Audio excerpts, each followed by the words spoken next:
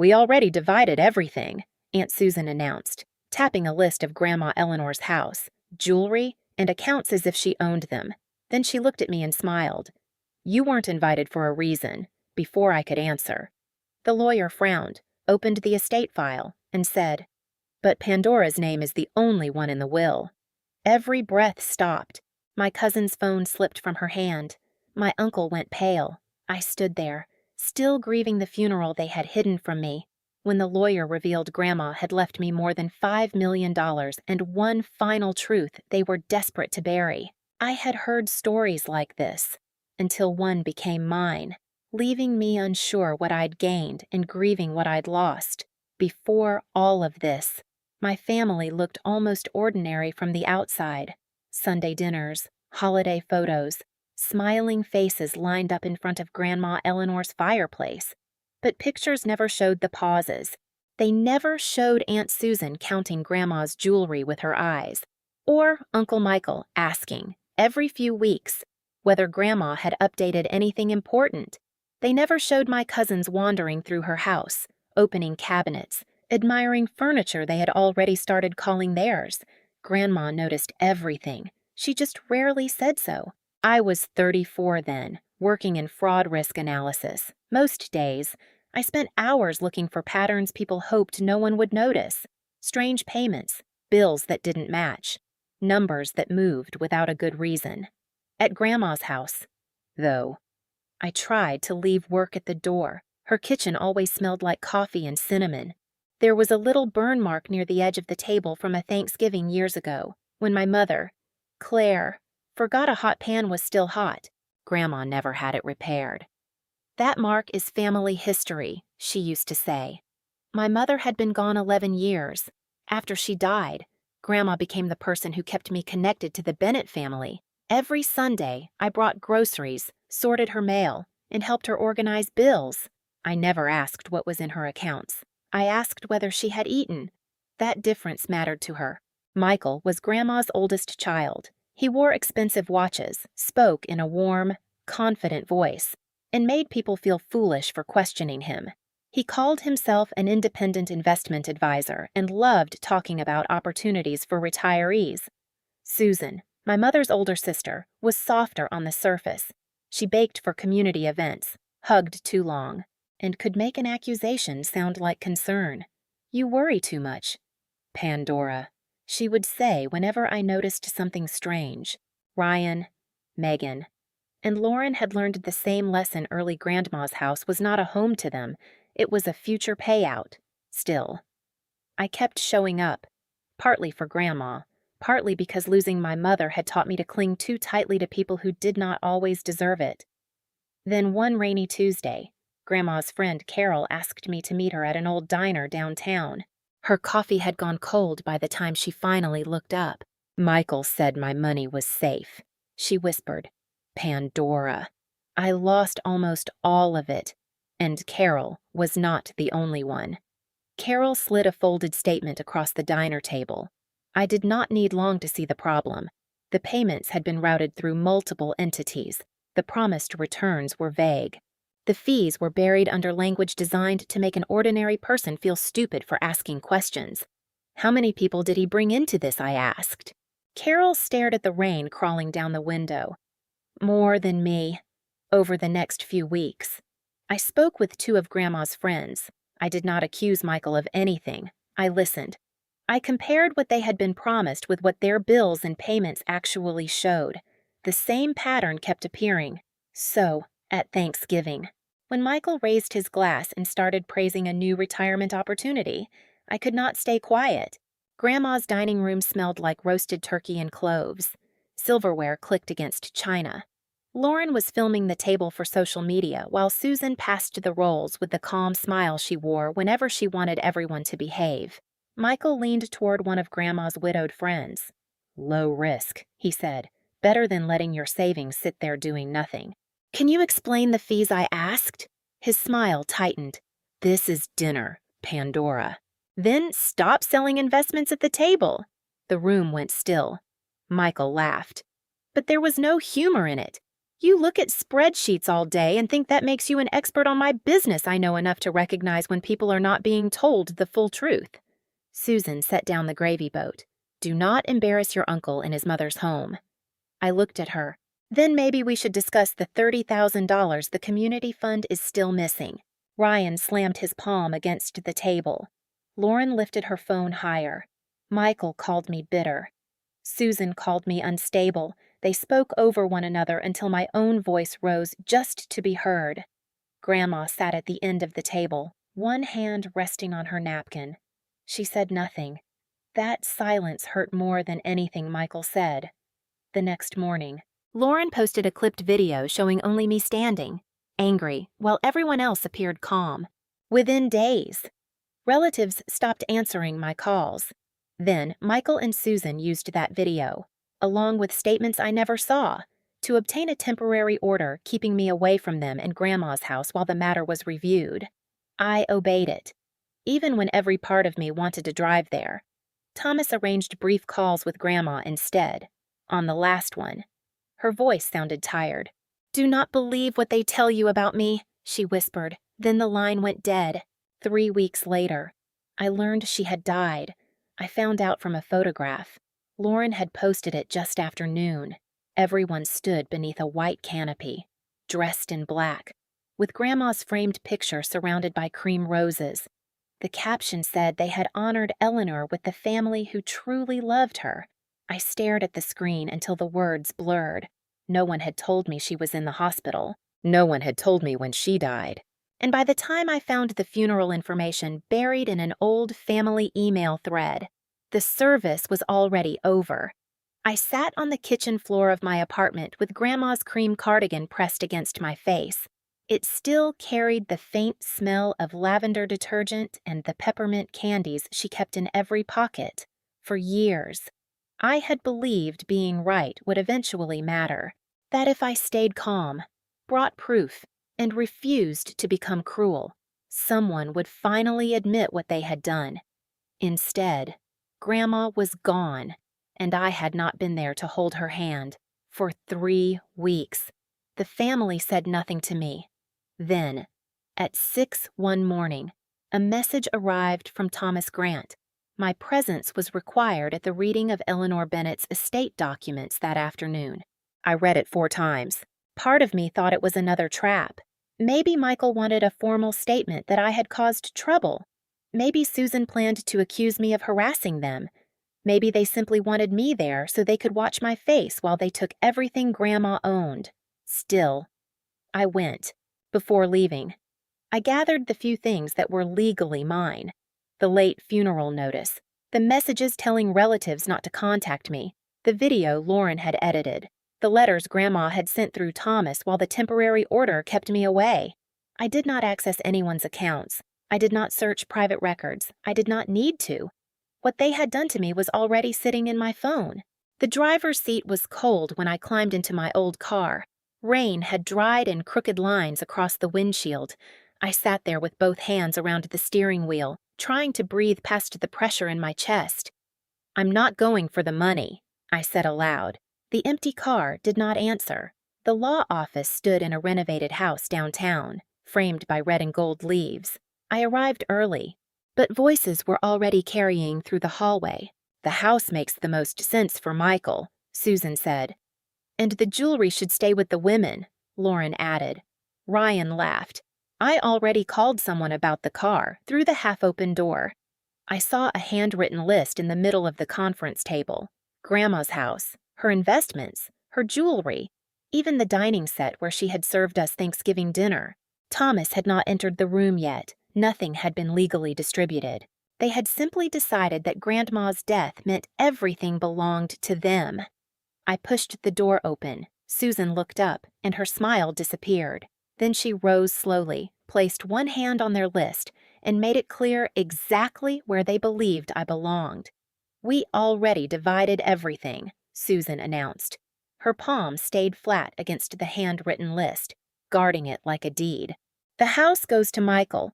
The jewelry stays with me and Lauren. Ryan has already arranged the car." Then she looked directly at me.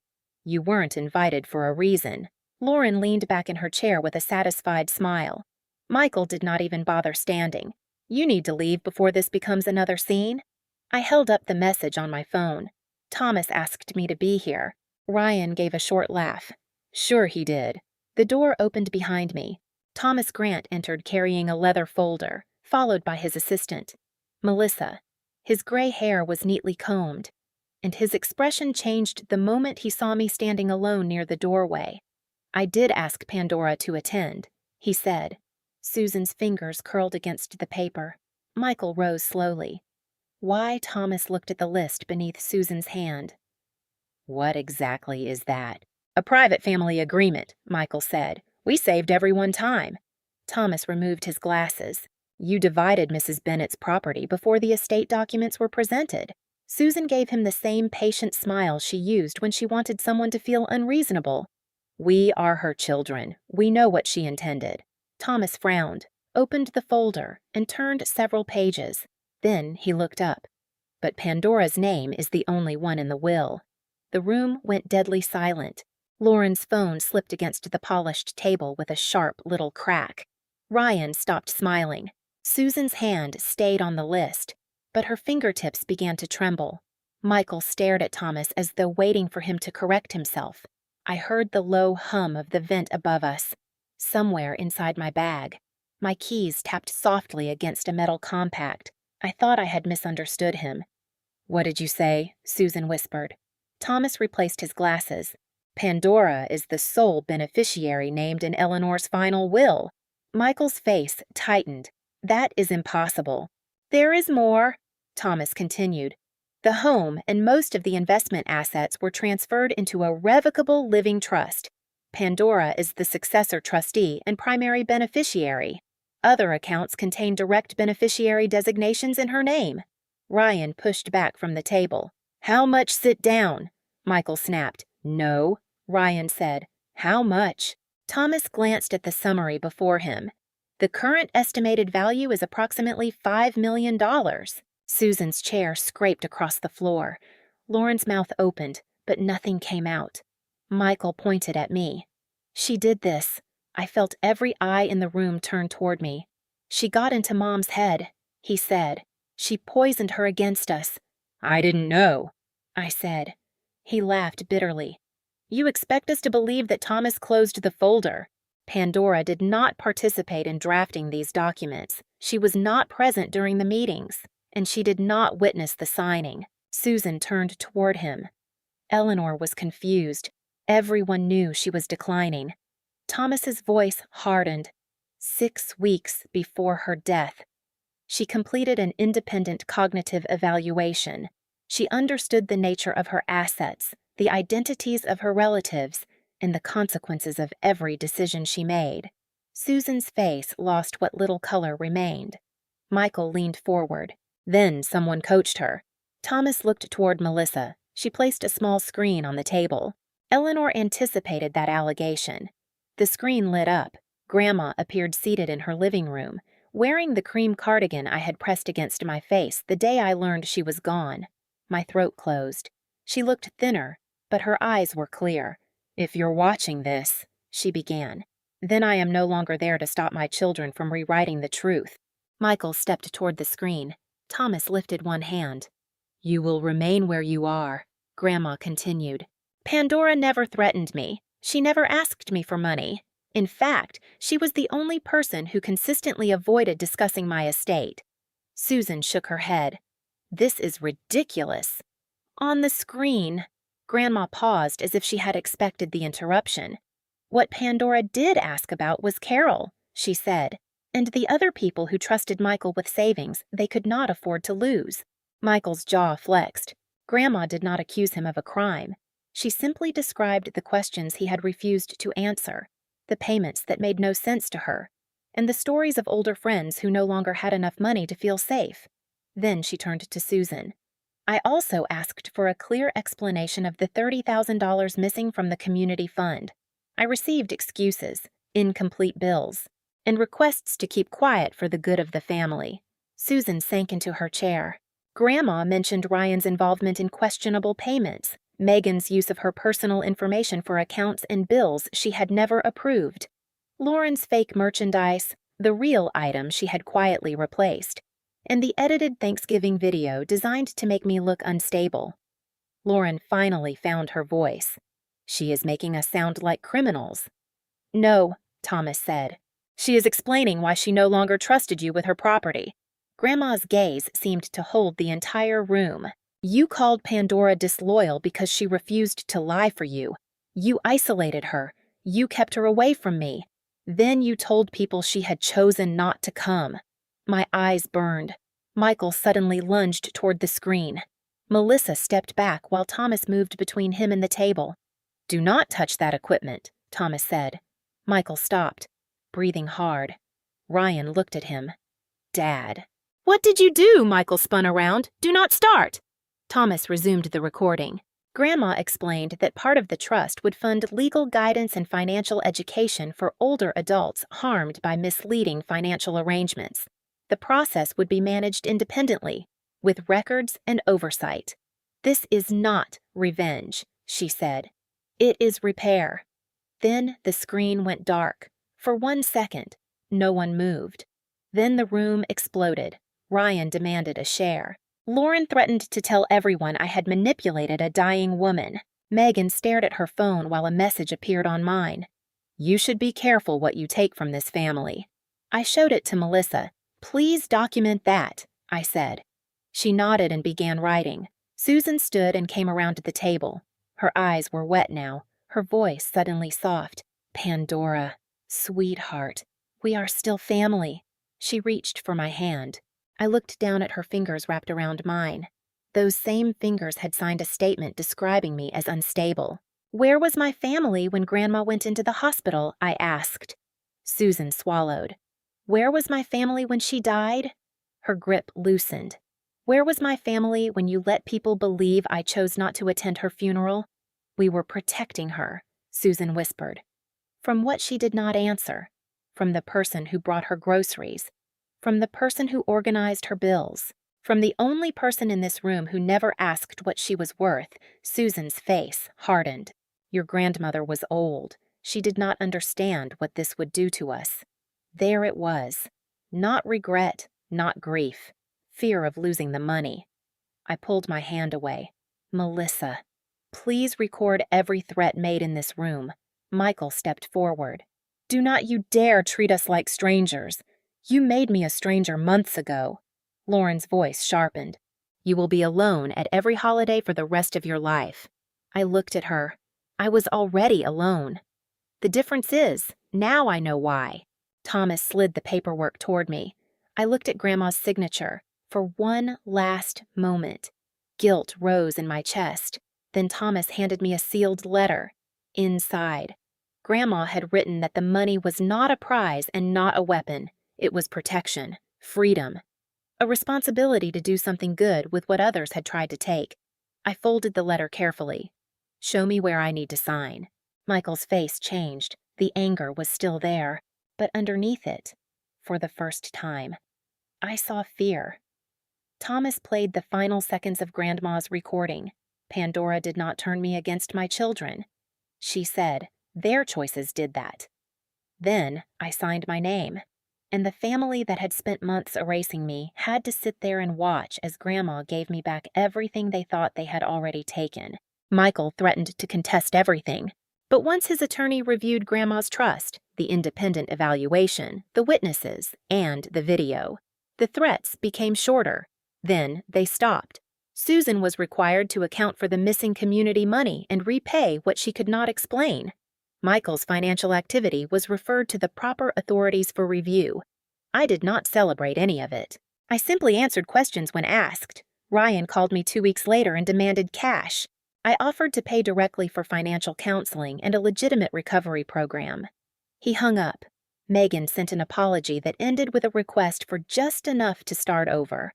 Lauren kept posting about me until Carol and several other older clients began sharing their own stories. 3 months later, I opened the Eleanor Bennett Elder Support Fund. We helped seniors review confusing payments, suspicious bills, and financial offers before they signed anything. The first workshop was held in the same community hall where Susan once smiled beside a donation box. That night, I returned to Grandma's kitchen. The old burn mark was still on the table. Her cream cardigan rested across my shoulders. I placed one family photograph back on the shelf, then removed the frame holding Michael and Susan. My phone buzzed.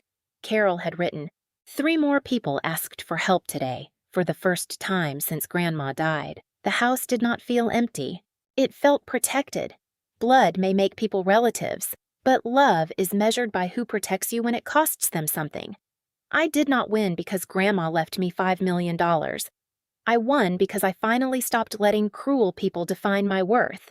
Have you ever had to protect someone from their own family? Share your story in the comments. And subscribe for more stories about betrayal, boundaries, and finding the courage to walk away.